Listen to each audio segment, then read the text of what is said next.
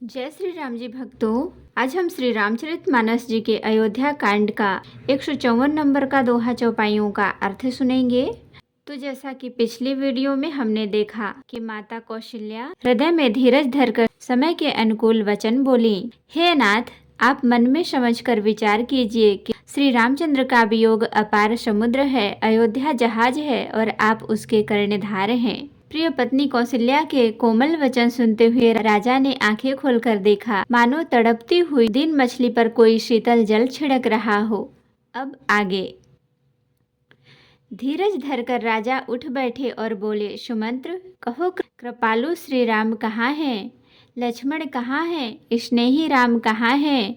और मेरी प्यारी बहू जानकी कहाँ है? राजा व्याकुल होकर बहुत प्रकार से विलाप कर रहे हैं। वह रात युग के समान बड़ी हो गई, बीतती ही नहीं। राजा को अंधे तपस्वी श्रवण कुमार के पिता के शाप की बात याद आ गई। उन्होंने सब कथा कौशल्या को कह सुनाई। उस इतिहास का वर्णन करते करते राजा व्याकुल हो गए और कहने लगे कि श्री राम के बिना जीने की आशा को धिक्कार है।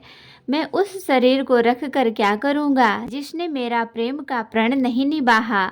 हाँ, रघुकुल को आनंद देने वाले मेरे प्राण प्यारे राम, तुम्हारे बिना जीते हुए मुझे बहुत दिन बीत गए। हाँ जानकी लक्ष्मण, हाँ रघुवर, हाँ पिता के चित्त रूपी चातक के हित करने वाले मेघ। हाँ राम, राम राम कहकर फिर राम कहकर फिर राम राम कहकर और फिर राम कहकर राजा राम के विरह में शरीर त्याग कर सुरलोक को सिधार गए। जीने और मरने का फल तो दशरथ जी ने ही पाया, जिनका निर्मल यश अनेकों ब्रह्मांडों में छा गया। जीते जी तो श्री रामचंद्र जी के चंद्रमा के समान मुख को देखा और श्री राम के विरह को निमित्त बनाकर अपना मरण सुधार लिया। सब रानियां शोक के मारे व्याकुल होकर रो रही हैं। वे राजा के रूपशील बल और तेज का बखान कर कर के अनेकों प्रकार से विलाप कर रही हैं और बार बार धरती पर गिर गिर पड़ती हैं। दास दासीगण व्याकुल होकर विलाप कर रहे हैं और नगरवासी घर घर रो रहे हैं। कहते हैं कि आज धर्म की सीमा, गुण और रूप के भंडार, सूर्य कुल के सूर्य अस्त हो गए। सब कैकेयी को गालियां देते हैं, जिसने संसार भर को बिना नेत्र का अंधा कर दिया। इस प्रकार विलाप करते करते रात बीत गई। प्रातः काल सब बड़े बड़े ज्ञानी मुनि आए। तब वशिष्ठ मुनि ने समय के अनुकूल अनेक इतिहास कहकर अपने विज्ञान के प्रकाश से सबका शोक दूर किया। वशिष्ठ जी ने नाव में तेल भरकर राजा के शरीर को उसमें रखवा दिया। फिर दूतों को बुलवाकर उनसे ऐसा कहा, तुम लोग जल्दी दौड़कर भरत के पास जाओ। राजा की मृत्यु का समाचार कहीं किसी से न कहना। जाकर भरत से इतना ही कहना कि दोनों भाइयों को गुरुजी ने बुलवा भेजा है। मुनि की आज्ञा सुनकर धावन दूत दौड़े। वे अपने वेग से उत्तम घोड़ों को भी लजाते हुए चले। जब से अयोध्या में अनर्थ प्रारंभ हुआ, तभी से भरत जी को अपशगुन होने लगे।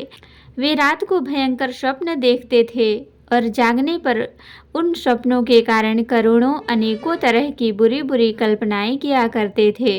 अनिष्ट शांति के लिए वे प्रतिदिन ब्राह्मणों को भोजन कराकर दान देते थे। अनेकों विधियों से रुद्राभिषेक करते थे। महादेव जी को हृदय में मनाकर उनसे माता पिता, कुटुंबी और भाइयों का कुशल क्षेम मांगते थे।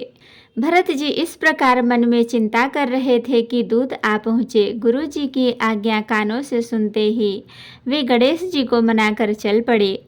हवा के समान वेग वाले घोड़ों को हाँकते हुए वे विकट नदी, पहाड़ तथा जंगलों को लांघते हुए चले।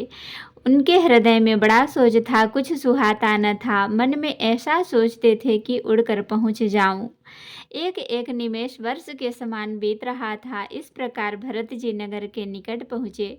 नगर में प्रवेश करते समय अपशकुन होने लगे। कौवे बुरी तरह से काँव काँव कर रहे हैं।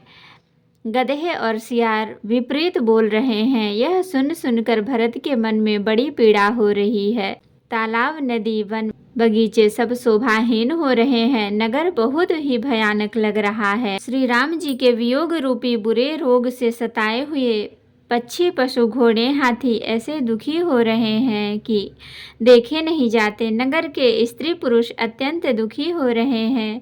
मानो सब अपनी सारी संपत्ति हार बैठे हों। नगर के लोग मिलते हैं पर कुछ कहते नहीं, गांव से चुपके से जुहार वंदना करके चले जाते हैं। भरत जी भी किसी से कुशल नहीं पूछ सकते क्योंकि उनके मन में भय और विषाद छा रहा है। भरत जी इस प्रकार मन में चिंता कर रहे थे कि दूत आ पहुँचे। गुरु जी की आज्ञा कानों से सुनते ही वे गणेश को मनाकर चल पड़े। तो भक्तों, आज के लिए इतना ही। हमें कमेंट करके ज़रूर बताएं कि दोहा चौपाई सहित अर्थ सुनाऊं या सिर्फ अर्थ ही। और अगर वीडियो पसंद आई हो तो लाइक शेयर कमेंट करें और सब्सक्राइब भी कर लें ताकि मेरी हर वीडियो आपको आसानी से मिल सके। जय श्री राम जी भक्तों, आपका दिन शुभ हो।